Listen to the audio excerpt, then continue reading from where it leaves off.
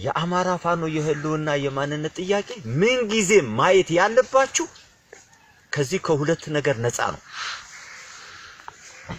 ነፃ ነው ስንል ለሃይማኖት ነው የምንዋጋው የሚሉ አሉ።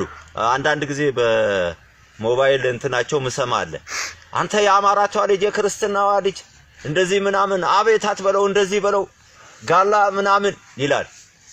እስላም እንደዚህ ምናምን ተንኮል ነች። እንመነጠል ነው ያዙት ወደው አይደለም ተንኮል። እስላሙ ዛ ወሎ የሚታገለው ምንድነው? እኛ እዚህ የምንታገለው ምንድነው? አያችሁ ተንኮል ነች። ሆነ ብላ ሴራ የተሰራች ነች። ልክ አማራ በቃ ራሱ ብቻ ኢትዮጵያ እንደመሰረተ ባንዲራ ሲታይ የአማራ ነው ይላሉ። ባንዲራ የአማራ ነው? የአማራ ነው ባንዲራ አይደለም፣ ኢትዮጵያ ነው። ምኒልክ ብቻውን ነው የተዋጋው? ብቻዬን ጻፉኝ አለ። አያችሁ። ስለዚህ ይሄንን ነው እነሱ አንድ የነበረችዋን ሀገር ዓለም የተደመበባትን በዓለም ላይ ኮሎናይዝድ ጭቆና ያልተጨቆነች ሀገር ብትኖር አንድ ኢትዮጵያ ነች። ሁለተኛው ሀገር ላይቤሪያ የምትባለዋ ምንድነች? በሽታ ነው የነበረው እዛ። ያን በሽታ ፈርተው ነጮች አልሄዱም። በውጊያ አይደለም የቀረችው በሽታ የዝንጀሮ በሽታ የሚባል አለ። የዝንጀሮ ፈንጣጣ ያንን ፈርተው ቀሩ። ኢትዮጵያ ግን ተዋግታለች።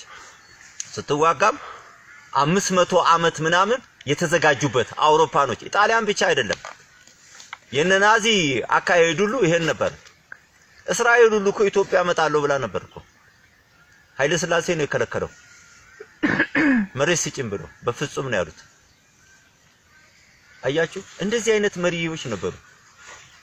ትላንትና የሰውን መብት ፍትህ ሲጠብቁ የነበሩትን ፍትህ አልጠበቁም ይላሉ። ትላንትና ወንድ ልጅ ብልቱ ሲቆረጥ በፍጹም አይቆረጥም የሰው ባሪያም አይኖርም ያሉትን ምኒልክ ስለተቃወሙ ገደለን ጨፈጨፈን ብሎ የነ ምኒልክ የሰሩት የአድዋ በዓል ቀርቶ ትላንትና ጡቴን ቆረጥከኝ የሚለው አኖሌን ሐውልት ለብቻው ቆሟል። የነ ምኒልክ ፈርሷል። ይሄን ነው የምንታገለው። ታሪክ ካሌለን ሀገር የለንም።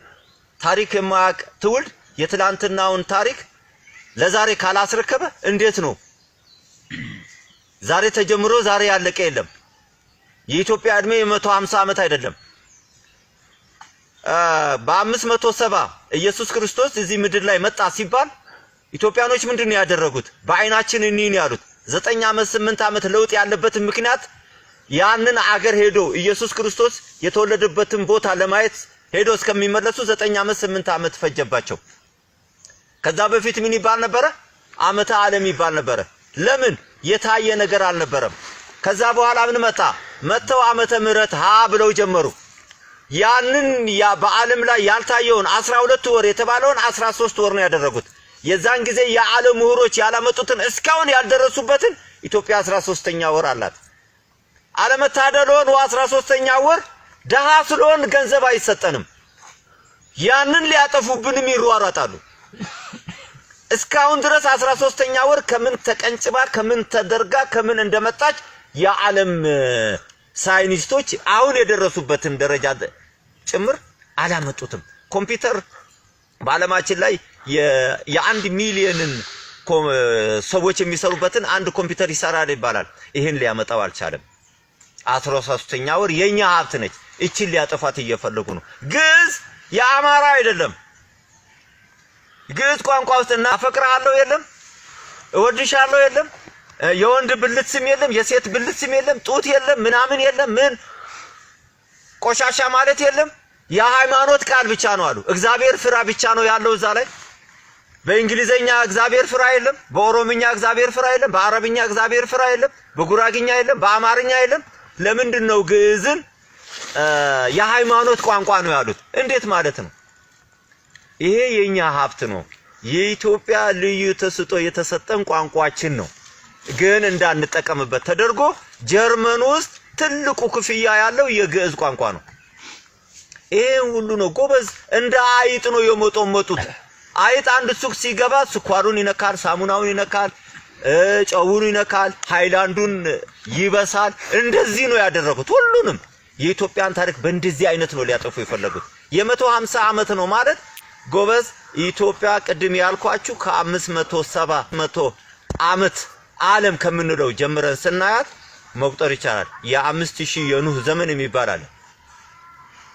የት ሄደ ያውዱ? ነብዩ መሐመድ ሰለላሁ ዐለይሂ ወሰለም ኢትዮጵያ ውስጥ ሙስሊሞችን ሲልኩ የነበረበት ያንን የተቀበለው ማን ነው? ነጋሺ ነው? አማራ ነው? ለመኮፈስ አይደለም፣ ታሪክ ነው። ለዚህች ሀገር ኢትዮጵያ ስትባል የሚሞተው መጀመሪያ ቅድሚያ አማራ ነው። በወሎ፣ በሸዋ፣ በጎንደር፣ በጎጃም ስንት ሰራዊት ነው የዘመተው? 127000 ሰራዊት ነው የዘመተው አማራ። እንደወጣ አልተመለሰም። ያ ሰራዊት የሞተው ሞቶ የቀረው ጡረታ በወጣበት ምን ባለበት ጋምቤላዋን፣ ሶማሌዋን፣ ትግሬዋን እንደዚህ አገባ፣ ወለደ፣ ከበረ። ዛሬ ምን ተባለ? የዛ ትውልድ የወለዳቸው የልጅ ልጆች መሬት ወራሪ ተባሉ። መሬት ሊወሩ አይደለም ሄዶ መሬታችን ተወሮ ነበር። የት ነበሩ? ጣሊያን እንደዛ ሲፈነጭ በአንድ ቀን 30000 ሰው ኢትዮጵያ ውስጥ ሲገደል የት ነበሩ? እነ ምኒልክ ከሸዋ ከወሎ ከጎጃም ከጎንደር ብሎ ወሬው ላይ እንገናኝ ወስልተ ያገኘው እንደሆነ ማርያምን አልምርም ሲል የት ነበሩ?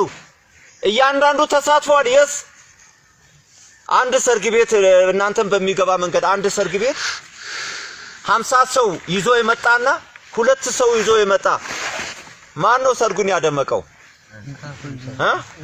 50 ሰው። እንደዛ ይለያያል። አማራ በየትኛውም ኢትዮጵያ ጦርነት ቁጭ አድርገናታል። ቁጭ ተደርጓል። ታሪኩ ለመከፈት አይደለም።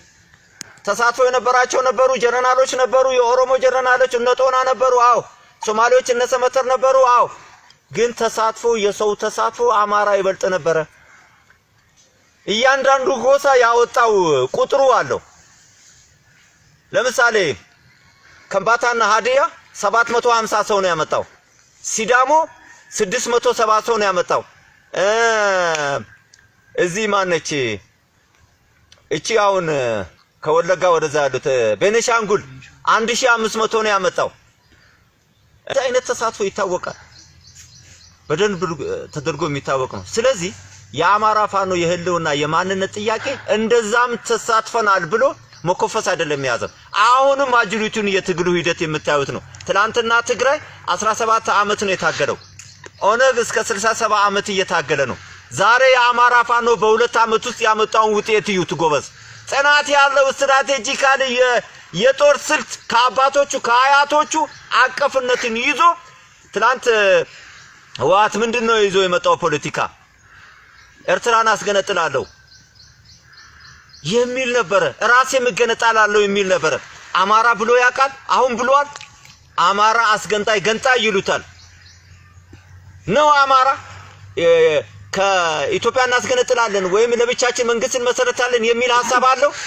የለውም። ኢትዮጵያዊነትን ነው የሚዘምረው። ከዚህ አንፃር ነው። ስለዚህ ለዚህ ዝግጅነት እናንተ ምን መሆን አለባችሁ?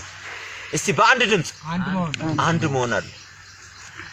አንድ ካልሆንስ ጎበዝ ትላንት የሞቱት ወንድሞቻችን ደም ትላንት መርቀው የላኩ እናቶች ይታዘቡናል።